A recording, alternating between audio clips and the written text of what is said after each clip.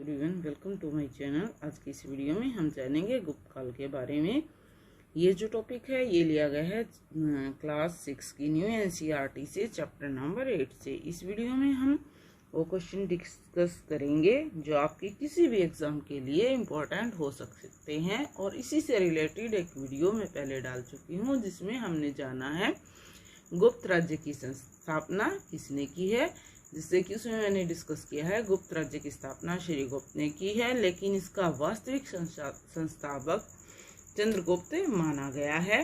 तो उस कड़ी में, उस सिलसिले में हम जान चुके हैं श्री गुप्त के बारे में, चंद्रगुप्त के बारे में और समुद्रगुप्त के बारे में हम क्वेश्चंस डिस्कस कर चुके हैं। इस वीडियो में हम इस टॉपिक से रिलेटेड रिमेनिंग जो क्वेश्चन है क्लास 6 की न्यू एनसीईआरटी में वही डिस्कस करेंगे। तो आज की वीडियो में हम जानेंगे समुद्रगुप्त के बाद का जो गुप्त काल है उस सब के बारे में। ये जो वीडियो है ये आपके किसी भी एग्जाम के लिए हेल्पफुल हो सकती है, और जो फर्स्ट वीडियो है अगर आपको देखनी है तो उसका लिंक मैं डिस्क्रिप्शन में डाल दूंगी, आप वहां से उसको देख सकते हैं गुप्त काल के बारे में। स्टार्ट करते हैं आज की वीडियो। जैसे कि मैंने क्वेश्चन लिखा है, समुद्रगुप्त की मृत्यु के बाद शासक कौन बना? तो ये शासक कौन बनता है? रामगुप्त। लेकिन क्या हुआ कि 380 ईस्वी में शकों से इन्होंने क्या किया, शकों से, शक जो जाति है उनसे अपमानजनक संधि कर ली। ठीक है, शकों से अपमानजनक संधि कर ली। तो इनके जो भाई हैं चंद्रगुप्त द्वितीय, जैसे कि फर्स्ट वीडियो में हमने चंद्रगुप्त प्रथम के बारे में जान लिया है, तो द्वितीय ने क्या किया, इनकी हत्या कर दी और राजपाट स्वयं संभाल लिया। ठीक है, नेक्स्ट क्वेश्चन लेते हैं।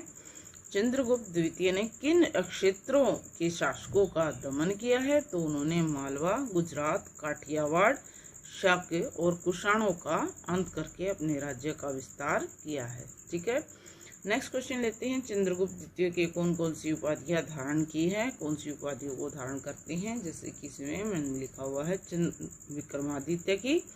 दूसरा नाम क्या था चंद्रगुप्त द्वितीय का? विक्रमादित्य। शूरवीरता का शूर्य, और शकारी यानी कि शक जाति का नाश करने वाला कहकर उसने उपाधि धारण की, शकारी की। फिर सिंह विक्रम, सिंह चंद्र की, विक्रमांक, देवराज आदि की उपाधियों को उन्होंने धारण किया है। नेक्स्ट क्वेश्चन लेते हैं। कौन सी जाति 7 शाखाओं में फैली हुई थी और जिसको दबाने के लिए चंद्रगुप्त द्वितीय ने कहाँ पे कब्जा किया है? पंजाब पे।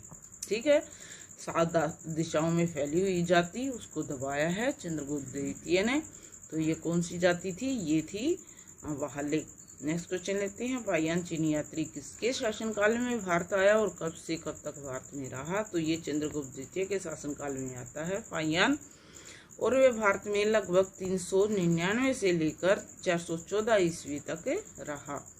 नेक्स्ट क्वेश्चन लेते हैं। लगभग 15 वर्षों तक भारत के बारे में फाहियान ने किस पुस्तक में लिखा है? तो उन्होंने भारत में आया है, इतने वर्षों तक भारत में रहा है, तो इस सब का वर्णन अपनी एक पुस्तक में किया है। इस पुस्तक का नाम है फू की सी। चंद्रगुप्त द्वितीय ने कब से कब तक शासन किया? तो इसने 380 से 414 ईस्वी तक शासन किया। कौन सा कवि चंद्रगुप्त द्वितीय के शासनकाल में रहा है? तो ये रहा है कालिदास जैसा महान कवि। इसके दरबार की शोभा बढ़ाता था। अपने राज्य को सुदृढ़ करने के लिए चंद्रगुप्त ने क्या किया?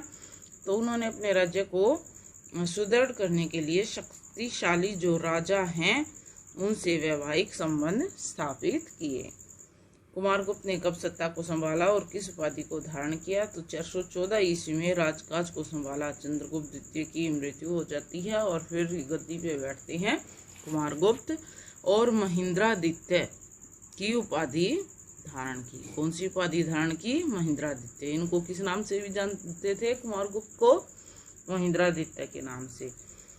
और 455 ईस्वी तक शासन किया, और उनके अंतिम समय में क्या हुआ, पुष्यभूति वंश के लोगों ने आक्रमण किया, लेकिन इनका जो पुत्र है स्कंदगुप्त, उन्होंने उनको बुरी तरह से हरा दिया और इस विद्रोह को दबाया। वह कौन सा गुप्त शासक था जिसने एक भी युद्ध नहीं लड़ा? तो ऐसा गुप्त शासक था कुमारगुप्त, क्योंकि उनके राज्य में शांति व्यवस्था बनी ही रही, उन्हें युद्ध की आवश्यकता ही नहीं हुई। लास्ट में हुई है, जैसे कि अभी हमने किया है कि पुष्यभूतियों ने आक्रमण किया था। इस आक्रमण को उनके पुत्र स्कंदगुप्त ने दबा दिया। स्कंदगुप्त के शासनकाल में किस जाति ने आक्रमण किया? तो मध्य एशिया की बर्बर जाति है जो हुन, उन्होंने, लेकिन स्कंदगुप्त ने उन्हें बुरी तरह से हराया और 50 वर्षों तक ये जो जाति है हुन जाति, ये भारत से लगभग दूर ही रही।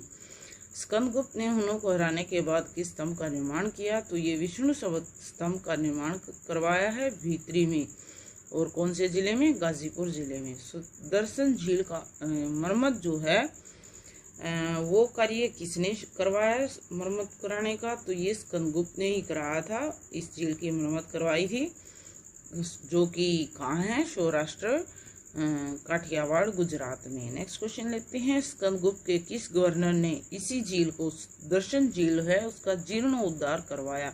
ये स्कंदगुप्त के कहने से ही करवाया था। ये करवाया है प्रणदत्त ने। ठीक है, प्रणदत्त ने करवाया है, और इस प्रणदत्त ने ही इस झील के तट पर विष्णु का मंदिर भी बनवाया है।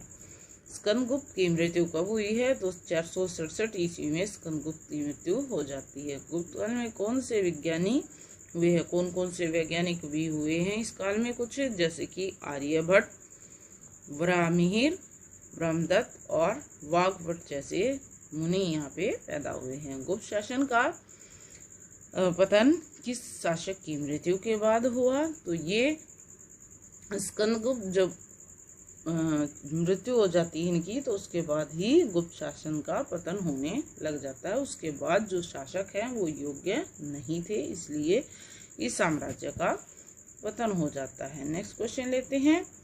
गुप्त काल को स्वर्ण युग क्यों कहा जाता? ठीक है, क्योंकि संपूर्ण भारत में एकता उन्होंने लाई है, इसके कारण, बना होने के कारण। दूसरी, शांति व्यवस्था के लिए, जब पूरे भारत में एकता लाई गई तो उससे क्या हुआ? शांति व्यवस्था भी कायम हो गई। अच्छे विदेशी संबंधों में भी विदेशों से अच्छे स्थापित किए।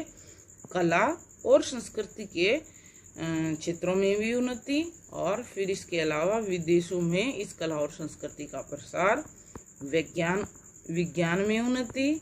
इस तरह से बहुत से कारण रहे हैं जिसके कारण ये जो क्षेत्र है, गुप्त काल है, उसको स्वर्ण युग कहा गया है। नेक्स्ट क्वेश्चन लेते हैं। इस साम्राज्य के पतन के क्या कारण रहे थे? ठीक है, एक तो ये साम्राज्य बहुत ज्यादा विशाल था, बहुत बड़े साम्राज्य को कंट्रोल करना आसान काम नहीं था, तो इसकी विशालता ही इसका पतन का कारण बनी। दूसरा, हुनों का आक्रमण, हुन जाति बार बार आक्रमण करती रही, जैसे कि स्कंदगुप्त ने आक्रमण को दबाया और लगभग 50 वर्षों तक इन्होंने आक्रमण का साहस नहीं किया। लेकिन बाद में क्या हुआ, जो कमजोर उत्तराधिकारी आ जाते हैं तो उस टाइम पे ये इस हुनों के आक्रमण को झेल नहीं पाए। नेक्स्ट, जैसे कि मैंने लिखा ही हुआ है, अगला रीजन कह रहा है उत्तराधिकारी कमजोर थे। आंतरिक कलह, खुद अपने ही राज्य के लोगों में कलह। दंड व्यवस्था का अभाव, जो दंड व्यवस्था थी वो सख्त नहीं थी। प्रांतीय गवर्नरों में भी विद्रोह की भावना आ गई थी। तो ये सब कारण रहे हैं गुप्त साम्राज्य के पतन के कारण। हुन जाति किसके नेतृत्व में अपनी चरम सीमा पे थी? तो ये जो जाति है जो बार बार गुप्त साम्राज्य पे आक्रमण करती रही है, तो ये कौन से लोग थे जिनके नेतृत्व में चरम सीमा पे थी? ये था मेहुरकुल और तोरमान। तो इस लेसन में गुप्त शासन से रिलेटेड इतनी ही क्वेश्चंस, बाकी जो क्वेश्चंस हैं गुप्त काल की साम्राज्य के अलावा, जैसे कि प्रशासनिक व्यवस्था, धार्मिक व्यवस्था, सामाजिक व्यवस्था, ये सब क्वेश्चंस नेक्स्ट वीडियो में हम डिस्कस करेंगे। अगर आपको वीडियो अच्छी लगे तो please like and subscribe my channel, and thanks for watching my video.